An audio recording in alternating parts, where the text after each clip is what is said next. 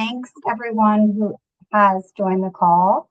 I want to welcome you all to the third Coastal Insight series, and I'm really thrilled to host today's discussion about powering local action through regional collaboration.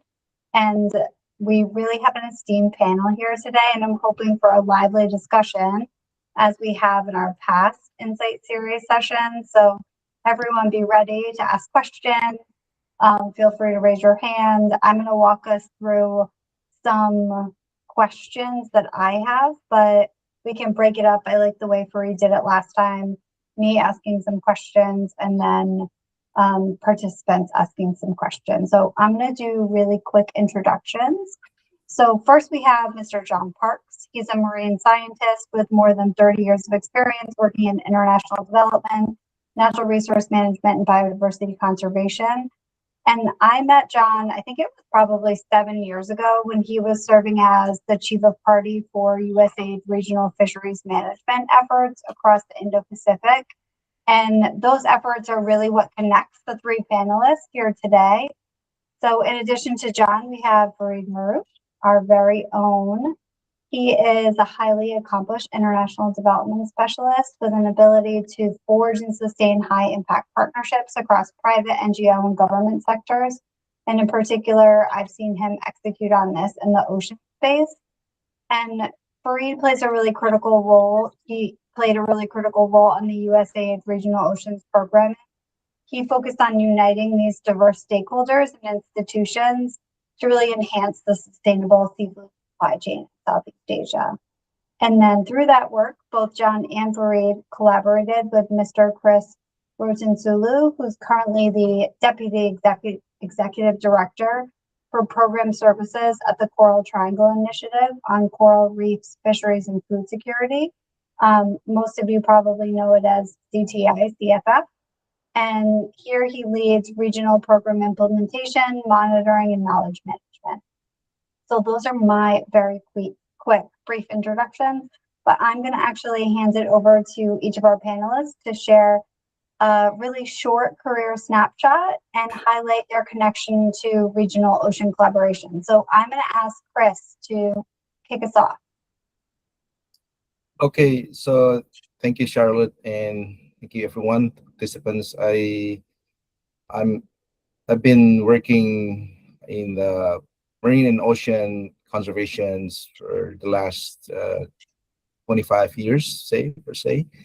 And in the last 10 years, I involved in regional collaboration or regional initiative in working with the ocean governance and helping countries to come up with the better management of their marine resources and help countries how to make a decision on the best practices and how they can safeguard their marine resources. So in the last 3 years, I joined the CTICFF, the regional initiative on coral reef fisheries food securities.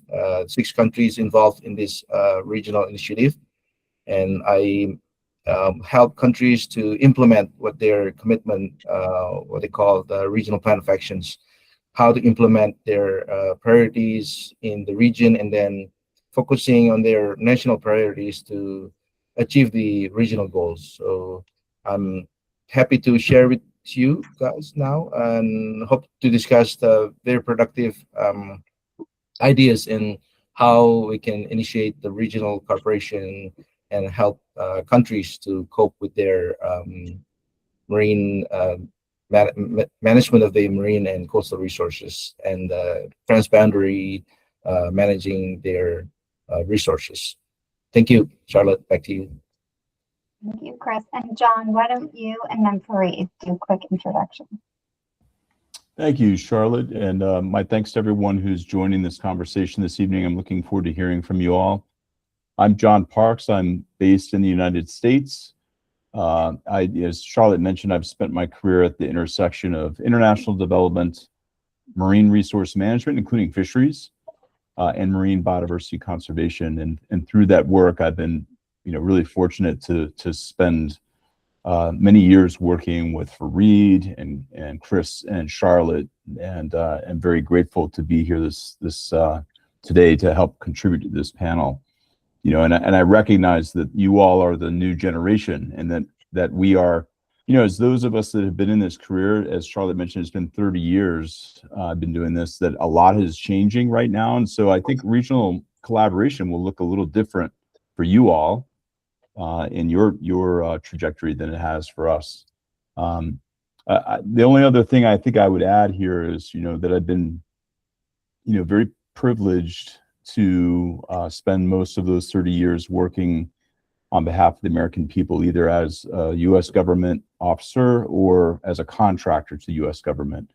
And so the task that I've been asked, whether I was in the government or working for the government as a contractor, the task I was consistently asked to do is sort of run the tension between community-based and locally managed efforts for ocean management versus international and regional efforts, and that these things sometimes look like they're coming from different ends of a continuum, but in fact, through the work that Pak Chris and Pak Farid and Charlotte and I have been doing together for the last few decades, they actually are all in the same continuum, and looking forward to sharing a little bit of thinking around that.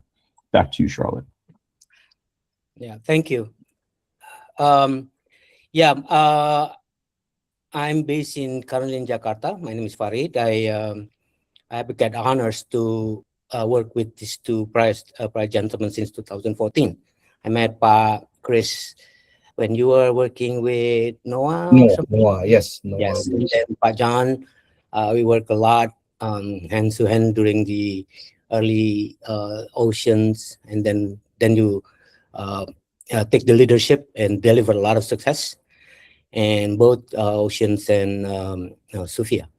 I start my career actually in private sectors, 12 years in one of the multinational companies in Indonesia, reach a level of TIO.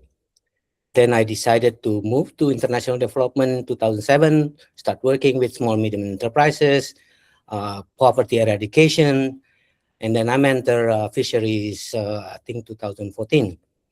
I have no background in fisheries, but I have one important connection dot, which is technology and partnership. And all of those, any sectors, they cannot get away from this, technology and partnership. And somehow I see I am very good at matchmaking partnership. I can see easily between sectors, connection dot, how they can work together and achieve their mandates and their goals. So I'm more open for opportunity in the future for those who attend this to get idea how to connect with any of the organization that both these gentlemen will lead in the future or connected with. More than happy to support you on the partnership. Thank you. All right, thank you. So I'm going to start off with a question for all three of you. And each of you has worked across borders in service of the ocean. This can be between countries, between institutions, between stakeholders. But what does regional collaboration actually look like on the ground, and why do you think it matters? Farid, why don't we start with you and then go to John and Chris? Right. Actually, my take on this one is a little bit specific. So, as I said, I was working around partnership and technology. And the region technology partnership is a very important role.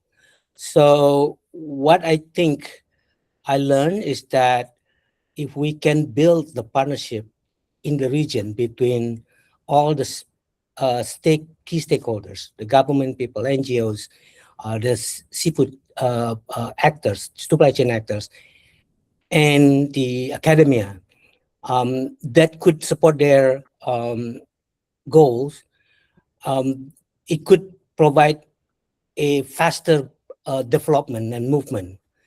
And of course, there will be challenge for each of these sectors.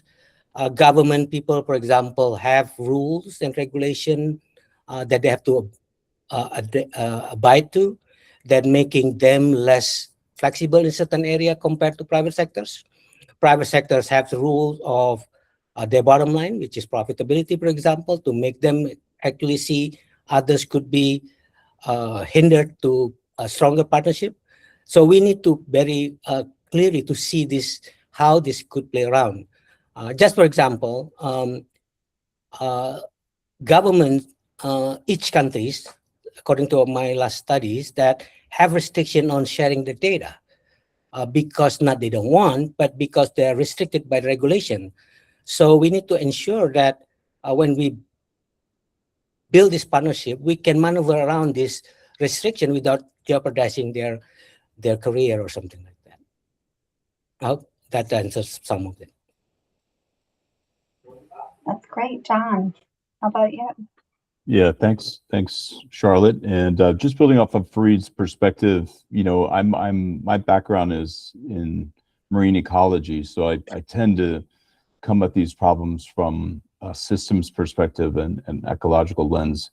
I think for me, one thing that I've learned about regional collaboration is that where it seems to be most effective is, at least based off of my experience and that of the company I work for, it seems to be most effective. Regional collaboration seems to be most effective when it's done at a sub-regional level in a specific body of water, where you have the body of water incorporates boundaries through either territorial seas or EEZ jurisdictional boundaries between nations. So these would be neighboring countries with a shared body of water.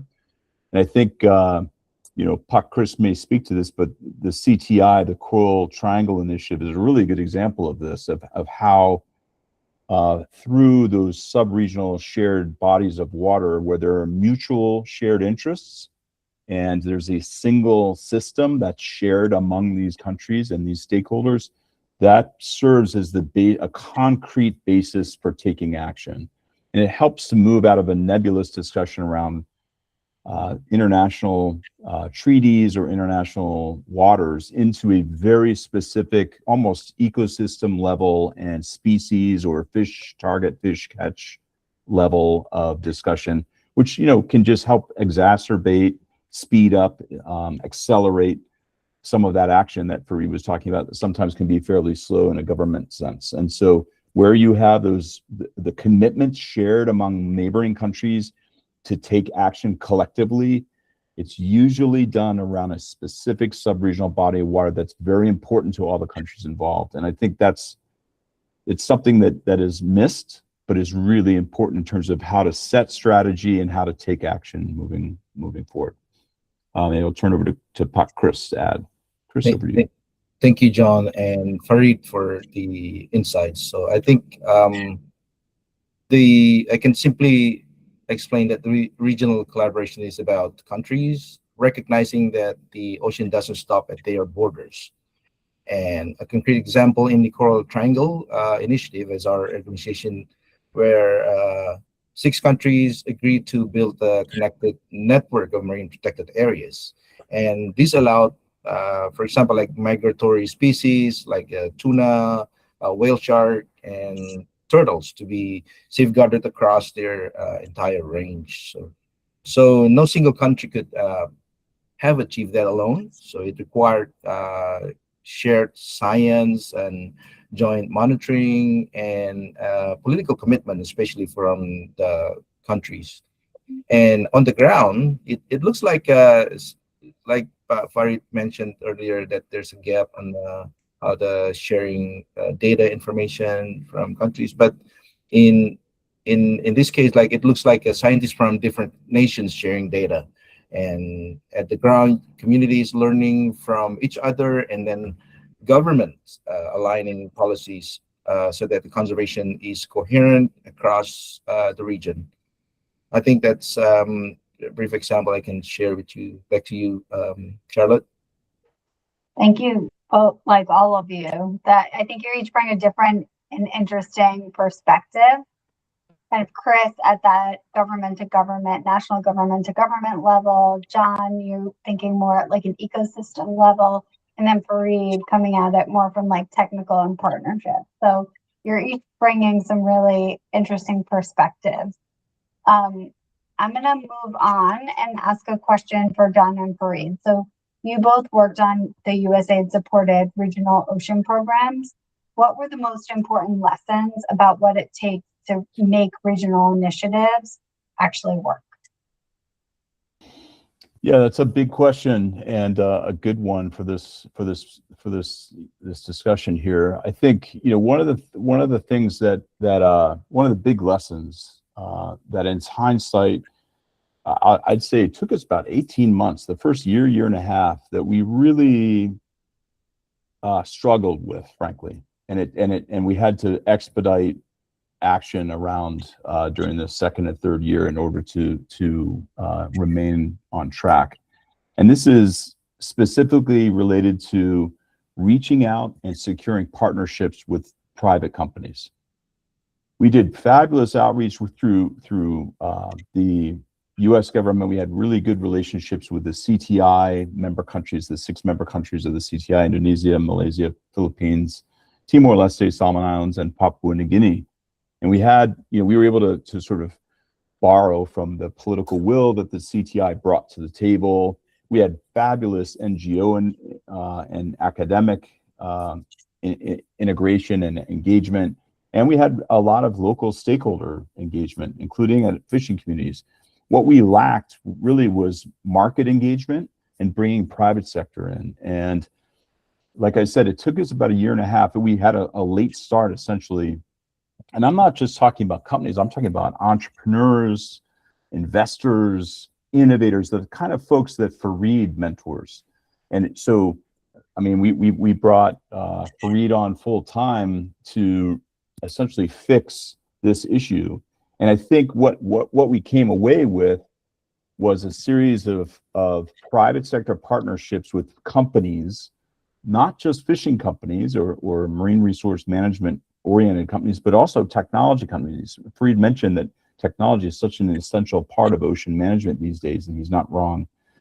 And then in addition, through Farid's leadership and the leadership of his colleagues like Tim Moore and Araya Pumsaringkarn in Thailand, and Charlotte, yourself, and the Resonance team, we were able to bring a really savvy and agile approach to building market partnerships with companies, entrepreneurs, investors, and innovators, whether it was through hackathons that Farid and his team would run, or through small grants given to entrepreneurs or universities to do advanced research, to advance market solutions, or incubators to kind of work on with innovators and entrepreneurs. It was that market orientation that we, initially that we weren't leaning into enough.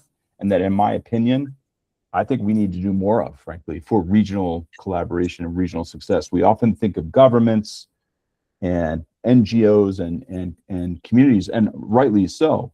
But I would posit that we need to be spending equally as much time, or maybe even a little more, on the private sector. Over. Yeah, thanks. I think John has been bringing back some memories on the early days. When we kick off Launch Oceans, we reach out to governments and quasi-government, regional, and then left out the private sectors, which is actually very important. When we talk about private sectors, actually not only the service provider technology, but as well as all down to the small scale fishers. Nobody's actually looking at that.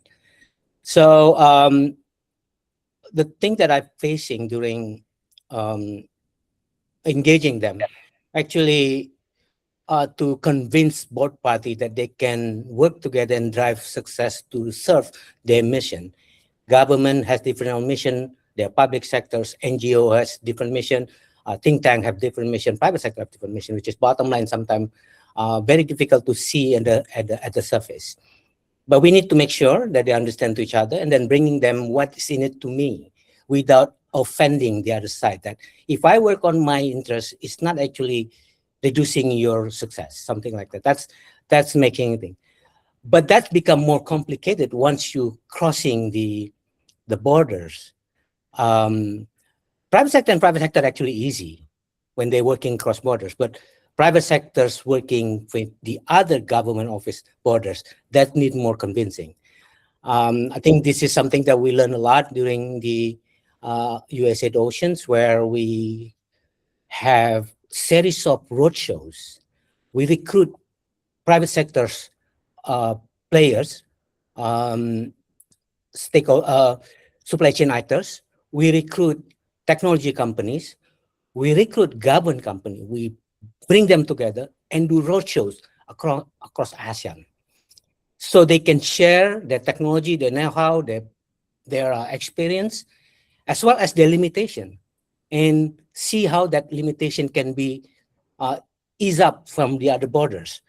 Regulatory, for example, some organizations actually good in driving regulatory, like CIPDEC. They could help other countries to shape their own regulatory, but some probably have more just what do you call? I think CTI part of that also can drive the regulatory, but some organization probably could just advocating, supporting. And then on top of that, there's a private sectors that need to expand their business to enhance the value of the stakeholders, those kind of things. So something that I quite easily to see, but very difficult to implement if you don't see them face to face. This is what we need. Why roadshows? And what kind of tools? I think the tools that we use actually I work with 2 projects, and actually there's another 2 projects before that. And we found that when we use fancy word like MOU, everybody take it back, because they think that, oh, lawyers not going to involve on this one. Although MOU is not binding, but everybody were going to engage lawyers when talking about MOUs. So back then we use the word like letter of intents, partnership agreement, on informal, not to enforce everybody, but just to become a notes that we are committing this on the early stage to make it, we are aligned and focused on the goals. And this is, to my extent, I think it's very effective, because they turn around very fast. Private sector cannot work in very slow turnaround. Yeah, they need to move very fast. If they have they have this restriction of this, they can move on.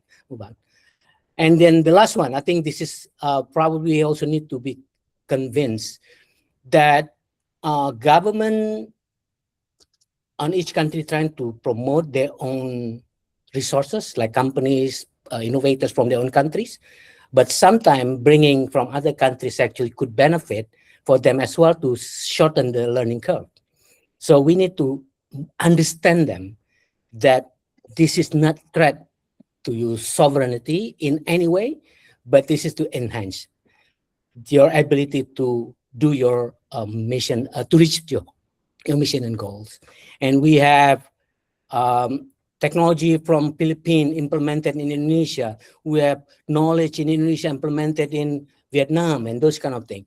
And lastly, we also, I think, John, you remember this, you started in Ocean and also in Sofia. We bring also a group of people who could benefit in sharing the latest technology, SAFET, Seafood Emerging Technology.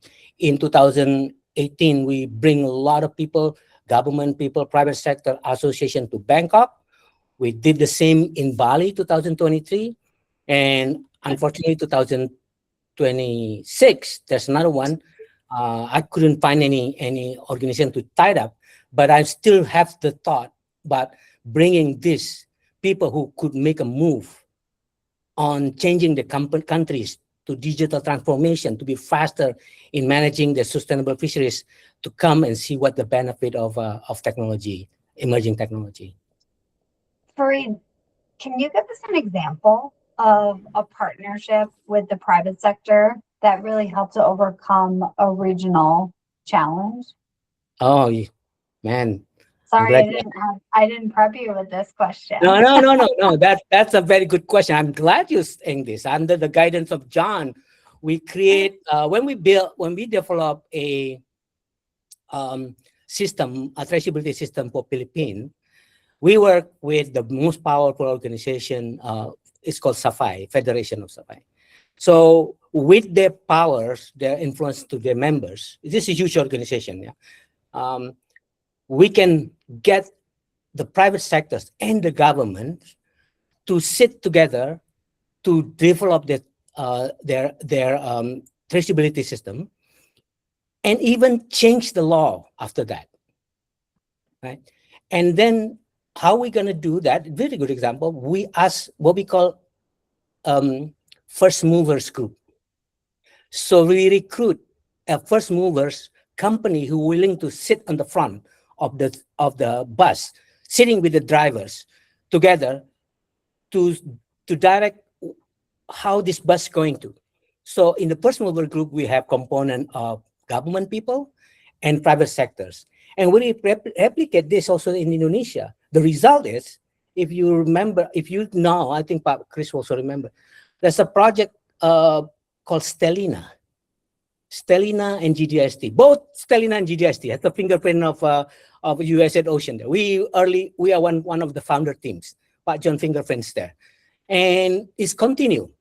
And recently, GDST built the first government working system with their system. Is actually a Stellina. And Stellina continued to get acknowledgement from the government, receive a law support, not only from KKP, from the ministry, but also at the national levels, at the presidential level. They get the regulation.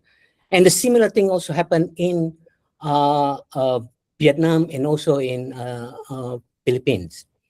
Although the progress of the expanding after the ocean and Supia a little bit slow because they have their own priority, but the fundamental is there. And this could be continued to build. That's interesting. I didn't realize that USAID was behind Stellina. It is still being used, and there are MDPI still developing interoperability tools between that and the government systems. Yeah. John, please, go ahead. So I want to add something related to this. I think when John and I working with USAID Ocean in the early days, our premise is a little bit different from others, which is some other organizations trying to enforce one system for every country. We said, no, that's not the way it is. You need to respect priority and laws and whatever that each country have it. What we work is just the word you just mentioned, and then later on pick up by GDST. Interoperabilities. We need to build interoperability. The system can work together and share only important data that to share together, not all data. And I think this is picked up by GDST and Stellina. Yeah, Charlotte, if you don't mind, I'd like to just jump in and emphasize a point that Farid is making here for these coastal leaders that are on this call today. One thing that Farid said, I think when it's 2014 or 15, Farid said that we have the team that we had together, we had the opportunity to, and I'm quoting him here, to take this US government funded regional initiative and, quote, underwrite the cost of regional innovation, unquote. And I think sometimes in these regional collaboratives, they're policy driven, or they're driven by administrations that are associated with the member countries who are maybe aligned with international interests of other neighboring countries. But I think Farid's frame of these type of initiatives really being designed to underwrite innovation is a different take, and it's one that's not always associated with regional collaboration. And in fact, we had a great success by orienting toward taking a regional approach to innovate and to, as Farid said, to change policy, to advance technology, and to promote sustainable development. Over. Yeah, that's a classic term. Clearly, it's a term that's stuck, Farid. Underwrite. I like it. Chris, I'm going to move on to you. So Southeast Asia's coastal and maritime ecosystems, they don't follow national borders. kind of like John was talking about before, right? It's more ecological than it is around national borders. But we know that governance systems do follow those national borders. So how do you bridge that mismatch with the work that you're doing with CTI-CFF? All right. So yeah, you're right. So Southeast Asia ecosystems don't stop at the national borders. I mean, this means like our ecosystem are transboundary, but the governance is national. That's correct. So in terms of the example of the CTI, CFF bridges that mismatch, we did by creating regional frameworks that respect sovereignty while also promoting collective action. For example, countries agrees on shared principles like sustainable fisheries or climate adaptations, but each adapts them nationally. So sovereignty is never compromised. Instead, coordination happens through joint working groups and regional monitoring and peer learning. And this way, countries move together while um, still owning their decisions, and the collective impacts is much stronger. I think that's I can share briefly with you, Charlotte. Back to you. And then how does CTI-CFF navigate that sovereignty concerns while also pushing for coordinated action? And are there any examples where the national sovereignty just overpowered the regional collaboration? Actually, at the CTI-CFF, we have what we call rules and procedures. So at the beginning of the establishment of the CTI CFF, the initiative that we respects the country's sovereignty, so we will not overpower or go over the national sovereignty. So uh, the initiative will be focusing on how we agreed on the common rules or common understanding how we move forward, and then that is how we make sure that yeah we maintain that its country sovereignty will be on the national, and we respect that. Carol, Charlotte, back to you. And just to follow up on that, Chris, so has there been any instances where you were trying to pursue something that was a regional solution, but national sovereignty just kind of put things at a standstill?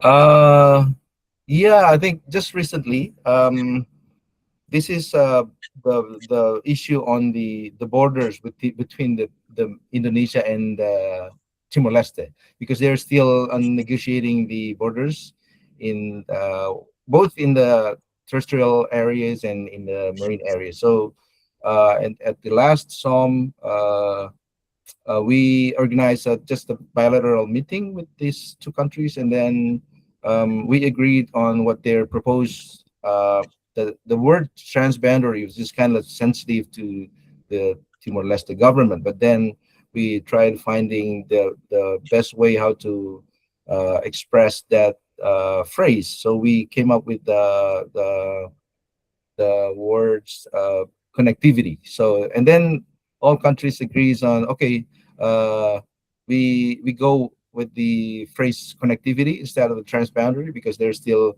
they don't really agree about what transboundary. We don't know why their specific ministries under the prime ministers, they're quite sensitive with that phrase. So all countries agrees and using the word connectivity, and then that's how we overcome those issues, and how It's a countries. really good example. I Yes. think it's one of these things that like language matters, and the Yeah. way that different stakeholders in different countries and have different interests, and words matter. And so That's just right. changing a simple word can really help to put stakeholders on the same page. I actually think That's it's a really powerful example. So Yeah. thanks, Chris.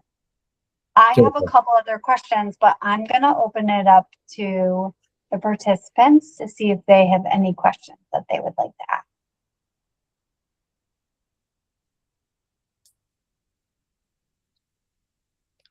Rio, silakan. Thank you, Charlotte. Hello, everyone. Thank you, John, Farid, and Chris, for sharing such honest reflection and practical lessons from your experience. My name is Rio Ahmad, and I work with Blue Forest in Indonesia, supporting coastal communities through mangrove restoration, fisheries resilience, and community-led local stewardship. I really appreciate hearing not only the success, but also the challenge and realities behind regional collaboration. My question will be addressed to John. Hi, John. I hope this is a safe question to ask a former USAID leader these days. With shifting geopolitical priorities and changing U.S. commitments around climate and international development under different administration, many of us in Southeast Asia are wondering whether we should be worried, adaptable, or entrepreneurial. From your perspective, how should emerging coastal leaders prepare for a future where traditional funding and partnership may become less predictable, while the need for climate and ocean action continues to grow? What capabilities, relationships, or mindset will you encourage us to start building now to remain resilient regardless of political change in major donor countries? And I also pleased with Pak Chris or Pak Farid for addressing this. Thank you. It's a really good question, Rio, and a very tough one for John, Farid, and Chris to respond to, but I'll leave it to them. Yeah, Rio, really appreciate the question. Thank you for being here. Good to see this next generation of leaders that you all are thinking carefully and strategically. It's a very timely and relevant question. Two thoughts, Rio. While I don't have a solution or an answer for you, can't predict the future, I do have two thoughts for you and your colleagues that you're on this call with, all of you who are the next generation of leaders in ocean management in Southeast Asia. First, I do think that you're quite right that we have seen over the last 18 months a number of traditional, and I would use the word traditional because I think we're moving away from this, but traditional foreign aid models, where you have certain countries in the Northern Hemisphere sharing resources with allies and partners in the Southern Hemisphere. And I believe what we've just seen over the last few years is an exit from that model. And I think looking ahead, I think you and your cohort of colleagues who are here and that may not be on the call, but you work with on a daily basis, the challenge will be to put that model in context and put it aside. But then how does, looking ahead, how does, for example, Indonesia become the global leader? I mean, on ocean management. And I think in many ways, Indonesia in the last, I'd say 2 decades really has stepped up and is assuming that role for the most part, whether it's at the UN level, the international level, or just in the region. Indonesia is consistently playing as one of the largest ocean nations on the planet, second largest fishing country on the planet, longest archipelago. Indonesia is taking the mantle and saying that, the new model ahead is that island nations like ours are going to work with our neighbors, and we are going to show the world how to do this. And I think CFF is an excellent example of this, right? So Pak Chris's work and his team's work on advancing all 6 member countries, but really in part, at least, through the leadership of Indonesia.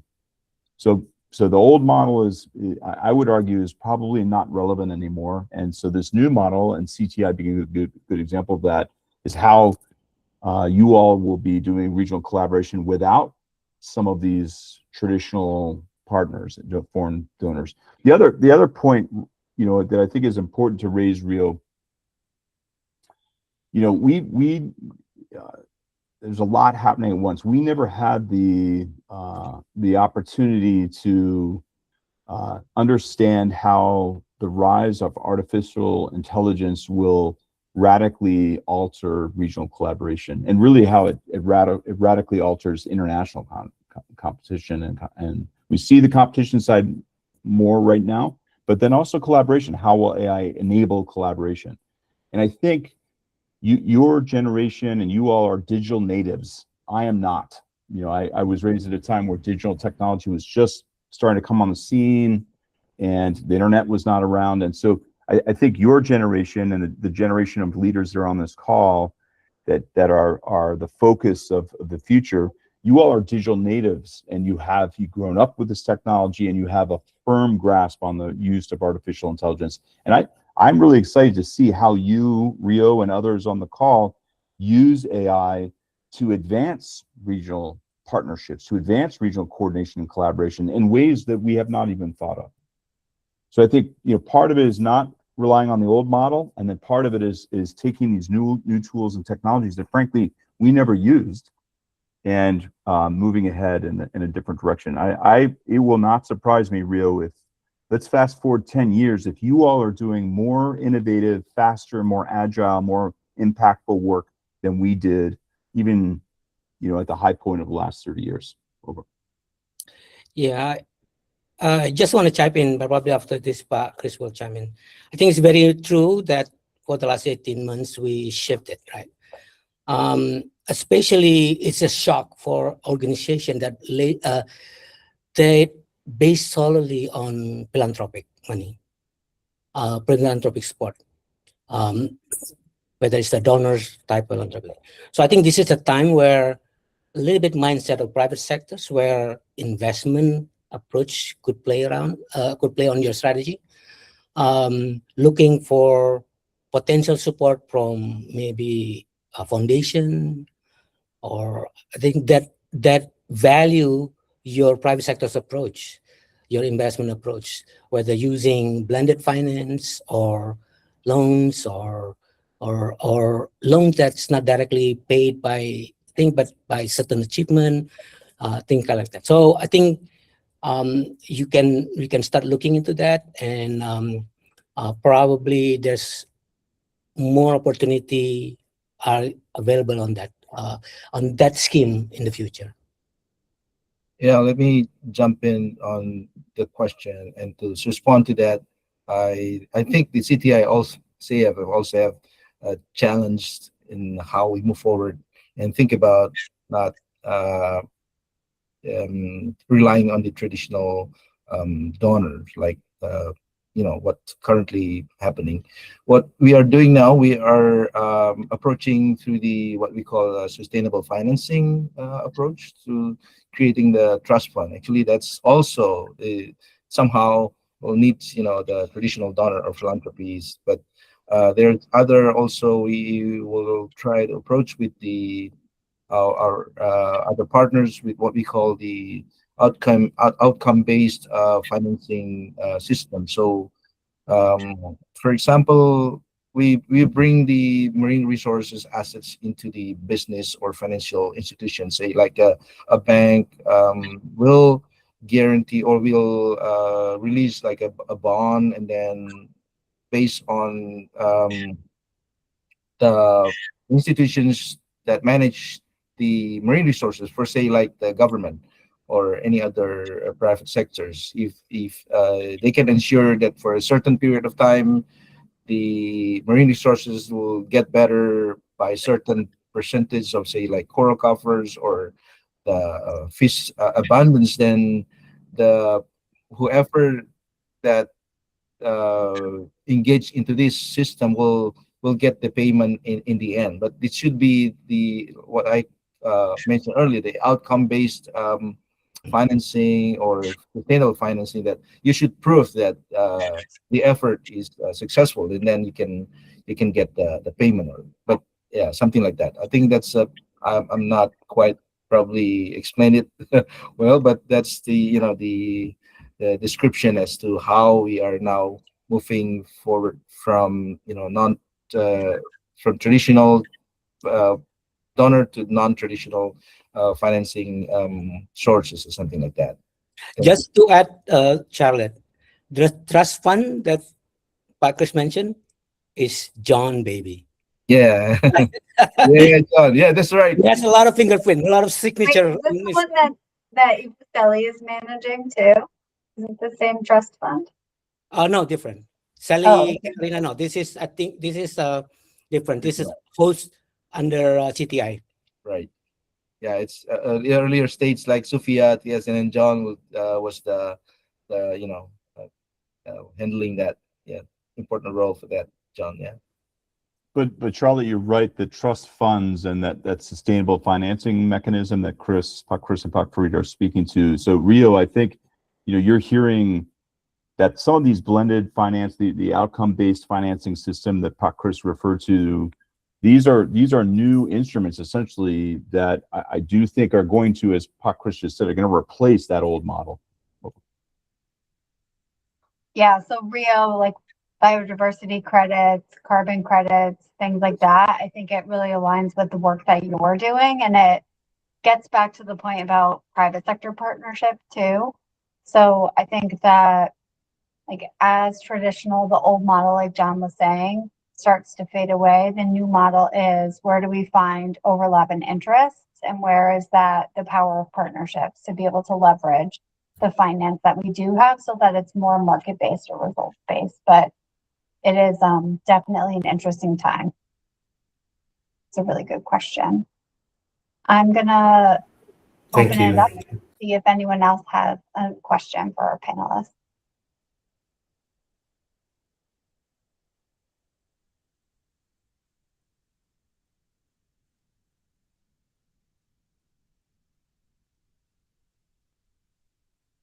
Okay, well, they're thinking about it. I'm going to ask another. So my question is, how do you ensure that regional programs translate? Actually, I'm going to let Osias, we only have 10 minutes left, so Osias, please. Osias is actually in Indonesia from Timor-Leste right now. So Osias, please ask your question. You're on mute. Thank you. Good There you morning. go. Actually, I'm still in the hospital, so after the vaccine. But I'm waiting for another 30 minutes to check up again for my heart condition. Thank you again for the opportunities. And I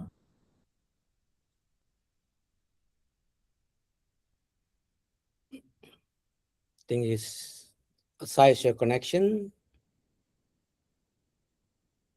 Yeah, they have struggled with the connection also in Timor-Leste. It's actually in Bali now. In Oh, Bali, he's in Bali. for a vaccine, yellow fever vaccine for trip to Africa. I think he's probably using either his own connection, service providers, or Charlotte, happy to respond by email if Osias provides that question. We could always just contribute by email. And Osias, if you can hear us, if you want to put it in the chat, we can also respond that way. Okay, we'll give him a minute, but while we wait, does anyone else have another question? Okay, I will ask mine then. So how do you ensure that regional programs translate into real change at the local level for fishing communities, coastal managers, and local government? So a lot of the emerging and current sea coastal leaders are really working at that local level so they can be able to take the voice of the local communities that they're working at and advocate for them in these kind of regional and global formats. So I think this question is really important for them to be able to make sure that regional collaboration is actually something where their constituents, their local constituents, see the impact. I think Chris is very suitable to answer this. Yeah. Okay. Let me start. So I can say that regional strategies, say, like, only matter if they reach the community. So, for example, like in the CTICFF, we translate the regional priorities into what we call the National Plan of Actions, and which then guide the local implementations. For example, a regional fisheries policy become a training program for local fishers, or a climate adaptation framework becomes a mangrove restoration in the village. And but the biggest challenge is resources. So local managers often lack of funding or technical support. So that's where partnership with universities and local NGOs and local governments are critical. So bridging the gap requires sustained investment in capacity building and making sure all the local voices shape the regional priorities as well. So I think that's very quick from my 2 cents. Back to you, Charlotte, and maybe Farid and John could also add up to that. From me, I don't have any additional because I think you covered it all. I just want to make sure that there's. So next question, very interesting. Mm-hmm. Yeah, so the John. next one, I think it kind of speaks to, in a way, what Ria was asking. Is from Jeff Ray, who is based in the Philippines.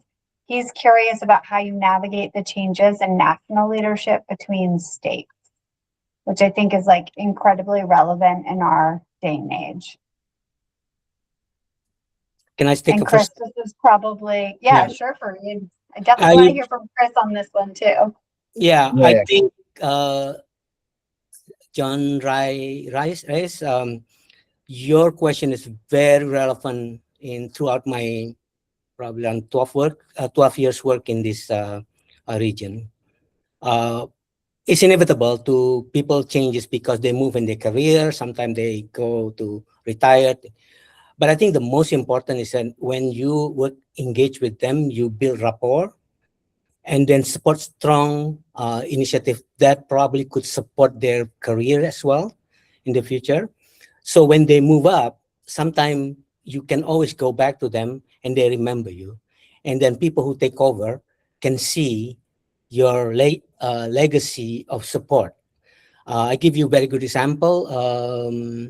In Philippine context, I actually have two example in Vietnam, but I'm just going to use the Philippine context. So under John Park's direction, we work with a gentleman named Zaldi Perez. He was at that time the head of FMMC, which is handling the data management thing. We support him 100%. Throughout his career crossing with our project, he moved up, and then 2 years later, when I come back, he already is assistant director of BFARS, very up there, high there. Then he remembers me, and of course he said, "Hey, Farid, welcome this." And then when you have an idea to pitch to BFAR, all I have to do that, Sir Zaldi, I have about 10 of innovators and government people with me at this trip. Can I have a session with you? Meeting tomorrow.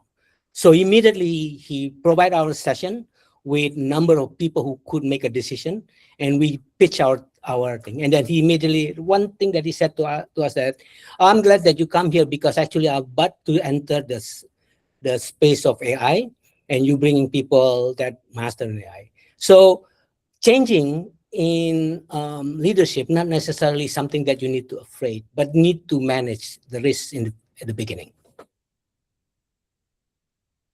Over. Want me to jump in also, Yeah. Charlotte? Yeah, I think changing donor priorities is also one of the most underestimated shift. So like funding cycles are shorter, as we know. Each organization or donor, they have their own certain time, and then there's some demand for measurable impact that they need to see what's the impact of their support. In the regional collaborations, I think initially we must adapt by the diversifying financing, like we explained or we discussed earlier. So not relying only the one grants, but exploring like blue carbon markets or outcome-based financing, private sector partnerships, and also the innovative financings. And in terms of the climate pressures and geopolitics, it is real. But if we don't solve the financing challenges, regional initiative is at risk and losing the momentum. So it's like the CTICFF now is showing that by blending donor supports, like I mentioned earlier, with the local and private investment collaborations can remain resilient. So we can continue supporting the regional effort to safeguard our marine resources. I think that's briefly from my 2 cents. back to you, or maybe John, you can add also. Yeah, John, do you have anything you want to add? No, I think Farid and Chris did a great job. Over. Okay, sounds great. So we have about 1 minute left. I really want to thank everyone, especially our panelists, for taking the time today to talk to everyone. And before we get off, I actually would ask one more question. So if you could each give quick 30-second final thought on what's the one thing that you hope these participants carry with them from today's conversation, both as they go into the Our Oceans conference and they're advocating for their local communities, but also as they continue on their career and really focusing on that regional and national advocacy. John, why don't we start with you? Sure. Thanks, Charlotte. And again, my thanks to everyone for joining. Great questions. Super to see the next generation taking the reins here through this discussion. I think the one key message that that I would leave with you all as the next generation of coastal leaders in Southeast Asia is just what I've learned, which is to be effective and impactful in regional collaboration, you really have to be operating at scale. So you have to mobilize your local stakeholders and local partners, but then you have to be thinking nationally and then sub-regionally and then internationally, globally. And so if you take, rather than thinking strictly at a regional level, but then taking action locally all the way through that international piece, I think you'll find success. Over.